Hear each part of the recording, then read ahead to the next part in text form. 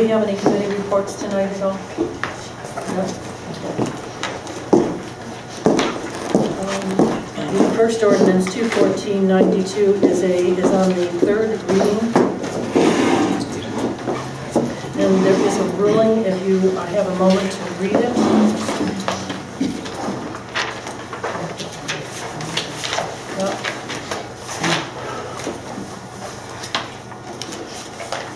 The ruling is from our counsel, Mr. Melling. I'll give you a moment to read it, so if you have any questions, Blair's here this evening.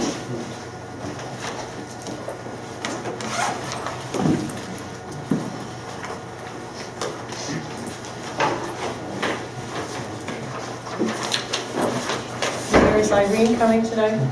Yes, she's just running a little late. Okay.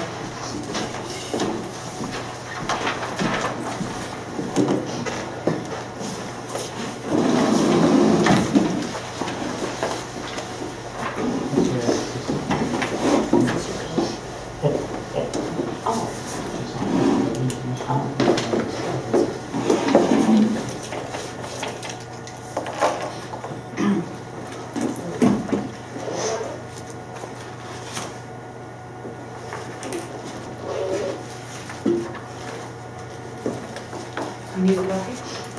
Of the rule? I didn't get one. If you have one, I'll take it. But I have an extra one if you'd like. thank you.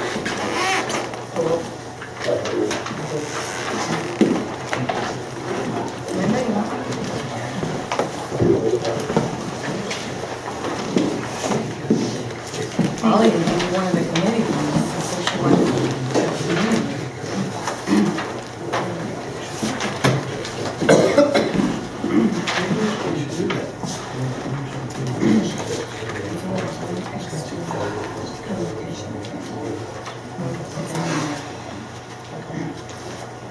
That's not going to cause any uptick in cost, is it? It's just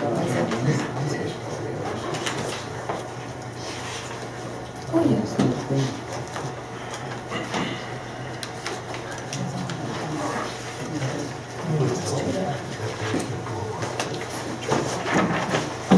Do we have any questions for Mr. Melling, or is this clear enough that we are able to make a decision and vote this evening?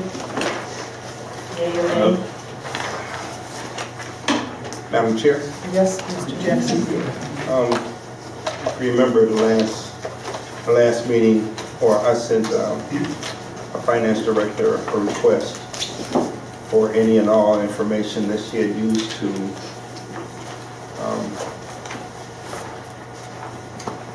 state 2014-92. And I'd like to say that she did send me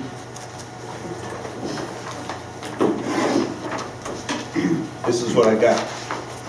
Any and all. And you can't complain because she sent me any and all.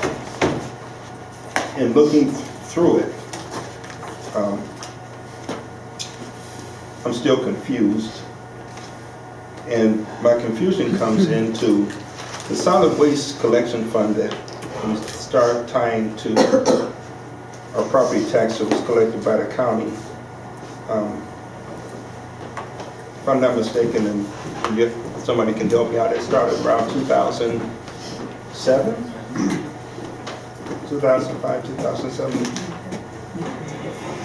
Those four. Oh, just pointing to me. And looking at the number looking for reimbursement, and looking through the pack of stuff that I got, there was a list of everything, not just stuff having to do with solid waste collection. It seems that that number came from even the time before we had set up that fund through the county. Is that correct? Is that correct? You know, the finance department would be the one that would talk about what happened back in 2007. But that fund was currently established. I just can't tell you whether it was 2007 or beyond. Because I think before that, the city was paying directly for refuge itself before it got tied to the fund that was established to be collected with our property tax. Previous to that, we were actually paying the bill at the window, if you recall. Right, You've been there long enough, you're Right. doing it as well. right, right. Okay. I guess my question is that it seems like there's going to be some money that needs to be paid back to that fund. It would have been money that started at the time when the collections went to the county. That's what I thought I was going to be seeing it come up with that number. So I guess I just need to know, is that the case or not? Madam Chair. Yes, You know, I can't answer that I had conversation with Irene Green, and that would have been our request to her, would be that if you're going to go through it, the only proper way to do that would have been an audit of all of the years in order to find out if there was a balance due back to the general fund, rather than just piecemealing it 1 year at a time, because it's a continuum. So that would make sense, Mr. Jackson, that it would go back to the origination of that fund. That should have been the audit, period. so I'm going to ask you, are you satisfied with that information at this point? Did it answer the question? No.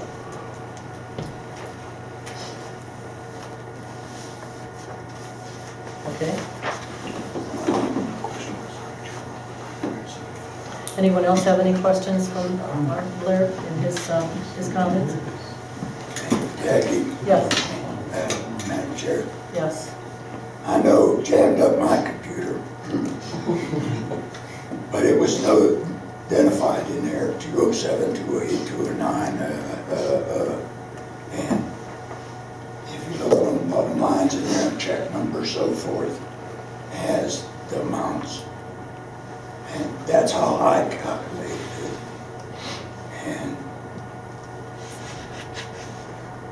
I mean, the money is owed.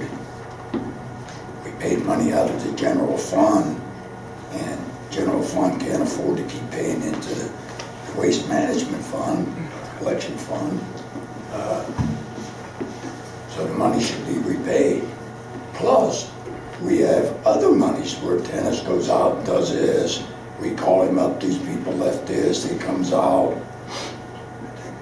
And maybe gonna have to find out some kind of schedule where every time tennis goes out, they mark down on the building department how much money is owed back to the general fund. I think that's the bottom line. We're looking for a reimbursement, and I think, if you're not satisfied with it, I guess you're going to have to vote against it, but it sure looks like we do need to take this money and return it to the general fund at this point in time. I would assume that if Irene comes and you have a framed question that could answer what is missing for you, we will have an opportunity to discuss it, so. Okay, any other questions or comments here? Okay, moving on to 215-01. This is a resolution censuring our council member Bill Brownlee for violating the rules, posing confidentiality in our executive session. I would like to suspend the rules and move this on.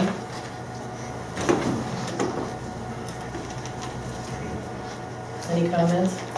Now I'm ready to move it on, vote on it. What's there to discuss? Not much. I mean, we always err. Bill got up, made his speech, and left the room.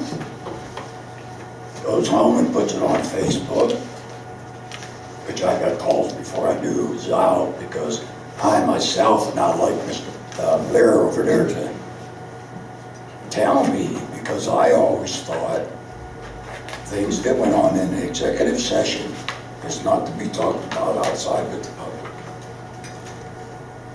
That's what I always thought. Even when my wife Patricia would ask me what happened, Ken, it's against the law. So whatever happens in executive session, even though Bill didn't agree with it, but it's our council. We 7 people know about executive session or should know. Now get some clarification here. But still, why call an executive session if it isn't private? I mean, might as well sit there and just keep on going with it. Why call executive session on anything? Point taken. Any other comments before we move on? Jackie, could Blair give us his opinion on this? I'm sorry, I didn't hear that. Could you give us your opinion on the resolution that we have to censure Bill Brownlee, or could you give us a definition of executive session, and is that meant to be private? Because I know the school board has private meetings. They're not to be discussed in public. Well, okay, I'm going to shoot myself here, but the censure process is actually infighting amongst the council members for one reason or another. And generally speaking, with regard to legal advice, we provide legal advice to the body as a whole. And as you're acting as a whole, we give that advice. When you're divisive and you're asking for competing interests to be protected, that's an inherent conflict of interest. So in common censure situations, each side would be requested to seek independent legal counsel to provide them with consultation and advice. We were requested to research the underlying issues relating to the censure in question this evening.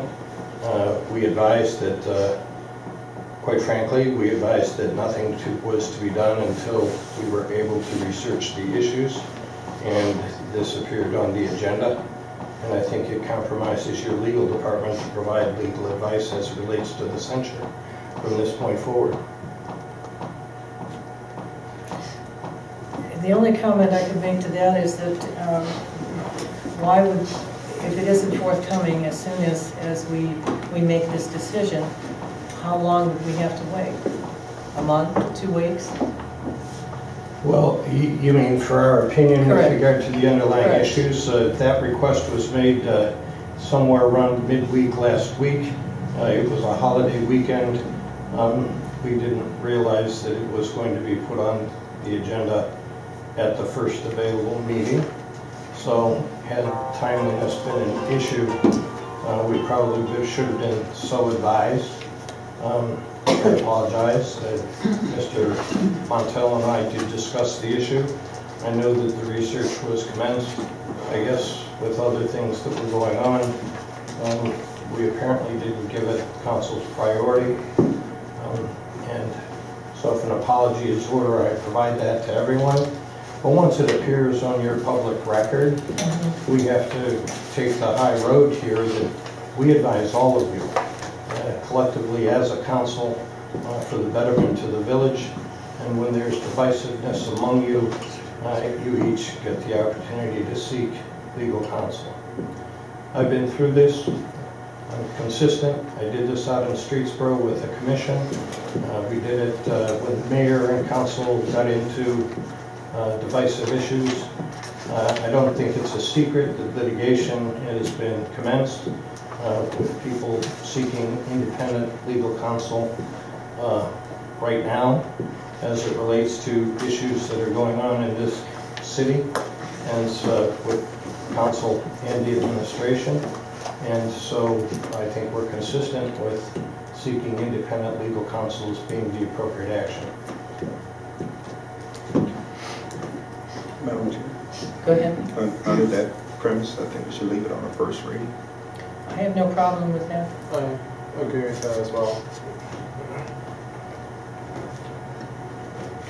Madam Chair, Go ahead, Mr. Jackson. one of the things in pertaining to that, I think it should be noted if, under the way that it's written now, what the penalty would be, if any. There is no penalty. Thank you. I have a question. Who wrote up the legislation? Who wrote it? Yeah. It came from from a recommendation from another community. Okay. 2015-02, authorizing the mayor to enter into a demo program agreement. Tony, explain, Please please. just be on the first reading, Madam Chair. Yeah, okay. Madam Chair, Yes. just to speak a little bit to that too, and I've always expressed my opinion, understanding that some houses do need to be demoed, and I'd like, hopefully we could find some kind of way to rehab some other ones. I've been in contact with Habitat for Humanity to see if they would be interested in doing anything. And at this present time, they're only working in the city of Cleveland, not working in any suburbs. Just for information for. Okay, and I do know that Tony is definitely sending letters out to some of the folks that actually might be willing to put some money into their vacant houses. People are actually getting notified and they're prompted to call us if there's no response, and if the house is abandoned, it's going to remain abandoned in some owner's name that we cannot find. Many of the houses that I've been looking at have been abandoned for 5 to 10 years. They've been boarded, there's police reports on missing copper.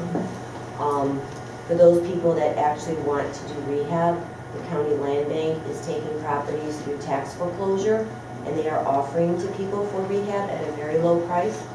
So that is one avenue for us to, actually we don't need to pursue it because we have enough people coming through the building department, purchasing those homes and doing point of sales. Some of the properties that have already been identified have point of sale inspections requested. So they're obviously going to be coming off the list, and it's a fluid list. Right now, we would probably say that there might be anywhere between 50 and 60 that are strong candidates. The other ones are being reviewed by the county land bank, and it would be their professional opinion if the house needs to stay, if it can be rehabbed or not. There's a rule of thumb based on the amount of rehab that a house takes and the market value. There's also taking into consideration if the house is obsolete, how is the floor plan, mold, any other issues that can happen, as well as it just being a nuisance to the neighborhood and the neighbors. There's a lot of crime that are coming out of these houses. There's many police reports, there's arson happening, there's 3 or 4 houses that aren't even boarded and they had a fire. There's nobody there to respond to this. Those are the houses that we need to have come down. Absolutely. So it isn't just, real quick, I don't like that house or this house. Oh, yeah, no, It's- yeah. It's definitely, a real long, tedious process. So, Well, I've worked with Habitat in the past in rehabbing a few houses in Cleveland. I also was a person that hooked Habitat up with sheet metal workers local. They were doing a lot of their rehabs also, so it's something I had been familiar with. And actually, when I had my heating and cooling installation company, actually did some of those out of my company's property. So I believe in rehab and have put my dollars in places of rehab in the past. And, Well, there's close to 700 of them that are out there. They're just waiting for someone like you to want to fix them up. yeah. So I think we have our fair share of houses that could be Yeah, rehabbed. ones to be torn down. Again, ones to need to be torn down, need to be torn down. Right. I just don't think every vacant house needs to be torn down. Agreed. Madam Chair, Yes. how many homes do you think will be torn down through this program? An estimate? There may be anywhere between 50 and 60 remaining homes will be taken down by the county land bank. Those are the ones that are in property tax foreclosure through the Board of Revision, and they're going to do their evaluation on those properties. There's probably about 20 to 25 of those. So altogether, 70 to 80 Could be, we're starting with 120, so it's whittling down, point of sale inspections, you know. Isn't that dependent on the amount of money we get though as well, or is that firm, do you think that'll be a firm number? Can't say until, No. once we give these notices out, if people start stepping up to the plate and doing the rehab, it's fine. We want to find the people that aren't. Evaluations are coming up for property taxes, and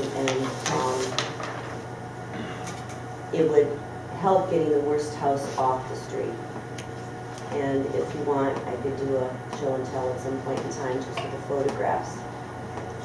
The front of the homes look fine, maybe a broken window. Going through the back, the sides, the back of the garage, the back of the homes that are stripped down to just the, I don't want to call it a substrate, but it's beyond whatever backing is behind the aluminum siding, the windows that are missing, the homes that still have, we call them in Cleveland OBV, open, vacant, vandalized, that are constantly, I mean, I've reported some to the, actually the police department went through a house for me, to the service department, and the amount of homes that just need to be boarded and just the backyards. I can't understand some of the conditions that I saw that people aren't calling us reporting. Can't believe that they want to live with something like that to live next door. We don't. Thanks for all your hard work. Yes. Thank you. Man. And moving on to 215-03 is a resolution declaring February 4th Rosa Parks Day. And I'm going to assume that this should be passed in order to make that particular day. Is that okay with everyone? Yes? Yes. Co-sponsor, please.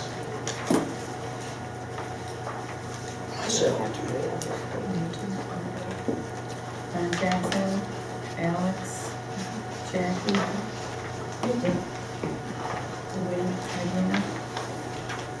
Anyone else? Tony. 2015-04 is the long-awaited towing revised contract, and I think it's been reviewed by the police department, and there were several additions and subtractions, but I think it's ready to go.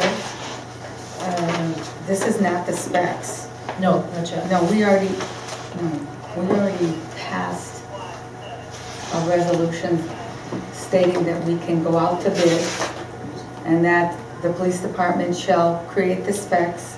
The police department did create the specs. Now this ordinance is amending this section, this particular section, to increase the insurance and a couple other minor changes because you don't want to bid without the ordinance. Basically, this ordinance is just an update. So if we could possibly pass this and then get moving, I believe the specs are in the works, is that The correct? specs are finished, Oh, they're finished, okay, good. Good. Go ahead. as far as I know. I was wondering what kind of feedback you got from the towing companies about the insurance range. It seems a little high. I'm not familiar with the the towing companies and stuff, but I'm just wondering if that's something that they can afford, What they- With trade. or if they do already. The insurance you're talking about? Hey, The towing companies liability don't, insurance. they don't know about it right now. Well, They'll know if about I it. can, Madam Chair, may I answer? May I answer? Go ahead. I haven't really been in contact with any other towing companies other than Kelly's and Rich's Towing, who actually tows for us at this particular time. I don't know what their response is to the insurance. I know that when we updated the specs, and if you like, I took the specs and just changed the dates on them, because the other ones were from 2014. I made my secretary made copies, I can pass them out. In essence, though, I mean, those specs were all taken from Bedford's contract and what they required in terms of their specs. I know Rich's tows for them, so I'm thinking that just like your automobile insurance goes up, so does your liability insurance for something like this. A lot of the things that we included in there as changes that we made to the specs were simply administrative things from the police department, but then also the reality is that probably some of the larger equipment, for example, fire chiefs, fire trucks and stuff, won't be towed for free anymore. And it'll be up to council then as a legislative body to determine what's the best avenue to go or what company to go through. I guess what I would tell you is to put it out for bid, and if somebody says, well, that's too much or we can't do that, then we'll know and we'll come back and talk about it and adjust it. But those figures were simply taken from Bedford Police Department. I've got to believe that at least some of the towing companies are carrying it. I just wonder about the competition and how many people they actually have bid. I think that when this all came about back in May of last year, I know that I prepared some things and got different prices and different things that the companies that were towing for the other communities, Bedford, I think Bedford Heights and Garfield. But so I guess we just have to see. I mean, there's probably only a few.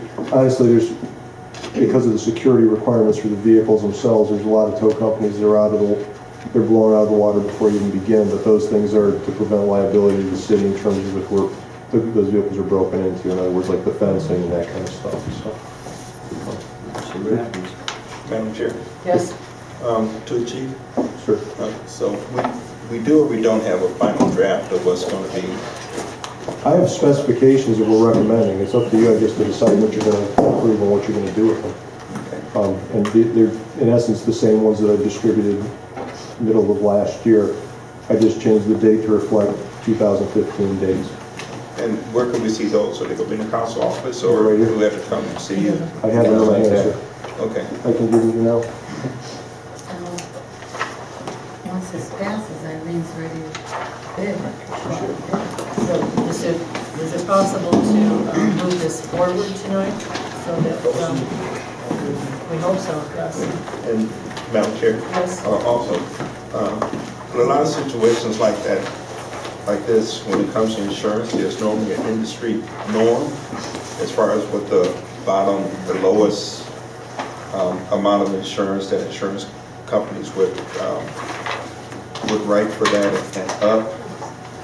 That should be very easy to find out from the companies that do insure the towing companies with a phone call. Yeah, this was just given to me. Those numbers were just given to me. Okay, let's see if we can suspend the rules and pass this tonight and get moving on this since it's been, what, since last meeting. I think it needs to be done at this point. Madam Chair, Yes? I would suggest an amendment under section B. We have in here a provision saying that city-owned vehicles should be towed at no cost, and that has been interpreted to mean all city-owned vehicles, even larger equipment.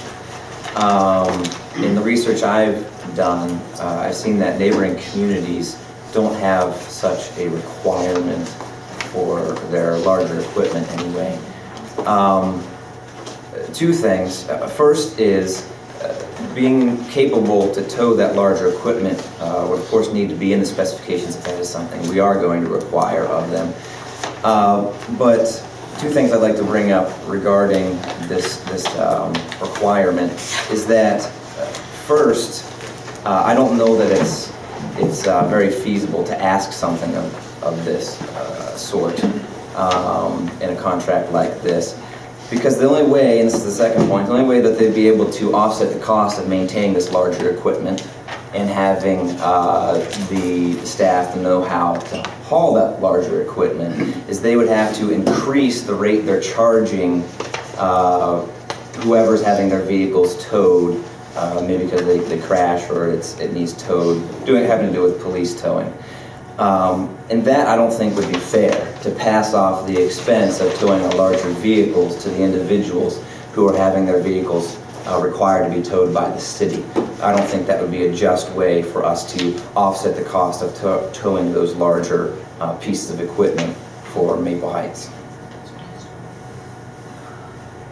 Do you want to address that, Chief? In my conversations with some of the other towing companies, I mean, the council makes a valid point. However, I guess, like any bid, I would see what people are willing to offer us and then take it from there. I don't think that you will find any towing company that's willing to tow the larger equipment, nor will they have the capability for free anymore. I think police vehicles, any normal sized vehicle is actually going to be towed for free simply because it's no different than doing a regular tow.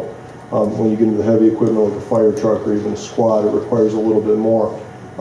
I would let them perhaps decide what the point, what point it is or what they're willing to give, like anything, in order to see what's going to be of the best benefit to the city.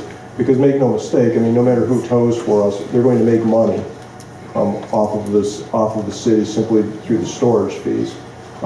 There's a storage fee that they charge, the tow fee themselves. I mean, we're not. Remember, they're towing that. They're getting the police tow. It's business for them without having to do anything. We regularly tow vehicles. They're regularly going to be called. They're going to receive, I believe it's $135 for every vehicle they tow. There has to be a little bit of give and take. And when we split tow companies, and I don't have that information, I think Mr. Brownlee might have the old thing that I had. It was like 265 vehicles per tow company, and we never even got into the storage fees in terms of how long some of those were there. Now, in fairness, then there's a lot of them that are abandoned. People don't pick them up, so there's an offsetting cost. But let the market drive whatever they're willing to pay is what I would say. Just put it out for bid and see what you get back. I don't think you'll. In fairness, I don't think you'll see anything back that's where people are going to tow your bigger equipment for free. So, Mr. Brownlee, are you suggesting an amendment to alter that? Yeah, that we would simply strike out that statement, city-owned vehicles should be towed at no cost, and that would be something to be worked out through the bidding process of what vehicles would be something we want to have towed for free. Well, the specs say the same thing. Right. Yeah. So, but that's not what we're actually thinking. Well, Yeah. I think you're going to come back. The specs are what we're asking. I mean, council reviews and decides what they want to alter or not. Some cities, just because they don't. I don't know that Bedford's towing agreement even covers their fire department, so I don't know what they do. But for larger equipment, you probably have to have something else. And I'm just basing it off my conversations with the towing companies. Kelly's, the company that we use right now, does not even have the capability to tow a larger vehicle. So what we've done is contracted out with Rich's Towing for those things. And that's the other thing I guess that you could look at is it may be advantageous as you get, if you don't get people will give you their specs in terms of what they're willing to do. Maybe it's not worth having a contract with someone. Maybe the fee won't be any different than what you would pay to an outside source. I don't know. Many of the larger tows that are police tows, not necessarily the fire vehicles, for example, like your semis and that, we're not going to pay that anyway.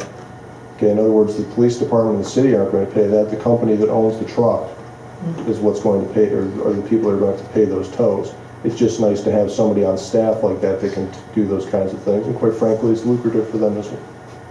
You're talking a significant amount of money for a hookup, a lot more than your standard tows. But I do know in talking with folks at on the NOCA board that most of their tows, most of their towing companies will do city vehicles, like the police cars, and Right. Just the normal. Yes, again, you're absolutely right. Yeah, it's always the normal size vehicles, but I guess you would have to talk with the individual towing company themselves. There may be some out there that are willing to tow larger vehicles for free because they offset. I don't know that there are, and I don't know of any, but that's what I guess you find out and kind of explore as you go through the process. So I would put forward that we simply strike that piece out. It's not even necessary since we have separate bid specifications and we're going to work it out separately. Whatever you like to do with it as a body is fine by me. I'm only providing you the specifications that we obtain for guidance. So.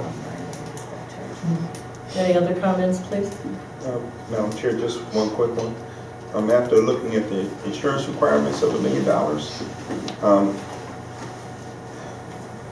I think that's reasonable. I mean, $1 million is like the minimum for a lot of things now.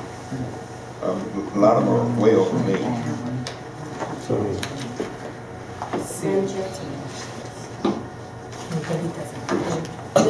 Go ahead. In the very first paragraph, are you going to change those amounts? Because in the ordinance, you missed a couple of zeros. No, I noticed there's a difference and we're going to match them.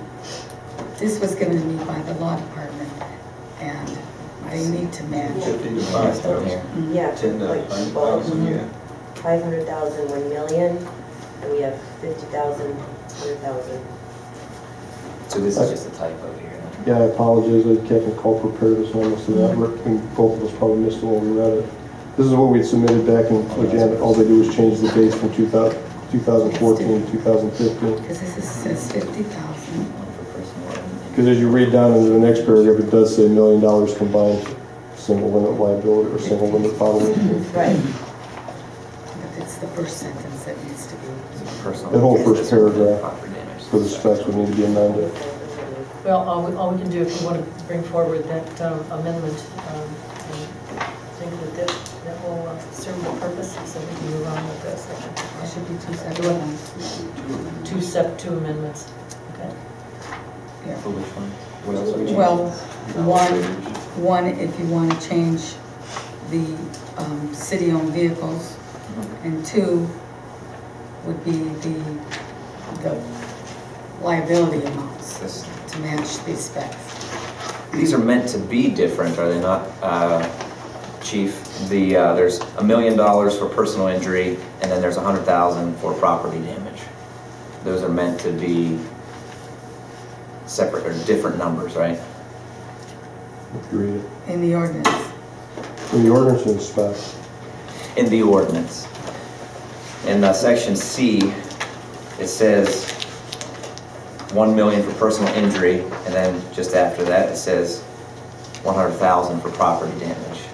That is the correct figure. It's not merely a typo, right? Well, yes, it says not less than those numbers, so Yeah, if I the believe numbers in the that, specs I believe that the are- ordinance is correct in that regard, yes. So I think That one's fine. yeah. So if you want to change it, you bring the amendment We're forward. not really No. voting on the contract, we're just voting on the ordinance. Right. Correct. After Just the ordinance is this what's is authorized. part of it. This is Maybe just if the you want. specs. Right, that's later. Okay.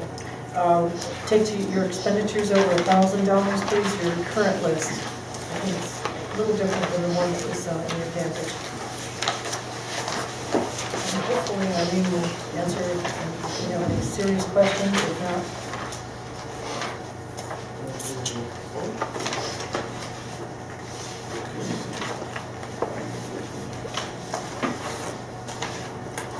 The last one was noticed by Chief Peter. Which one is that? Two, originally they had fuel, needs for repairs.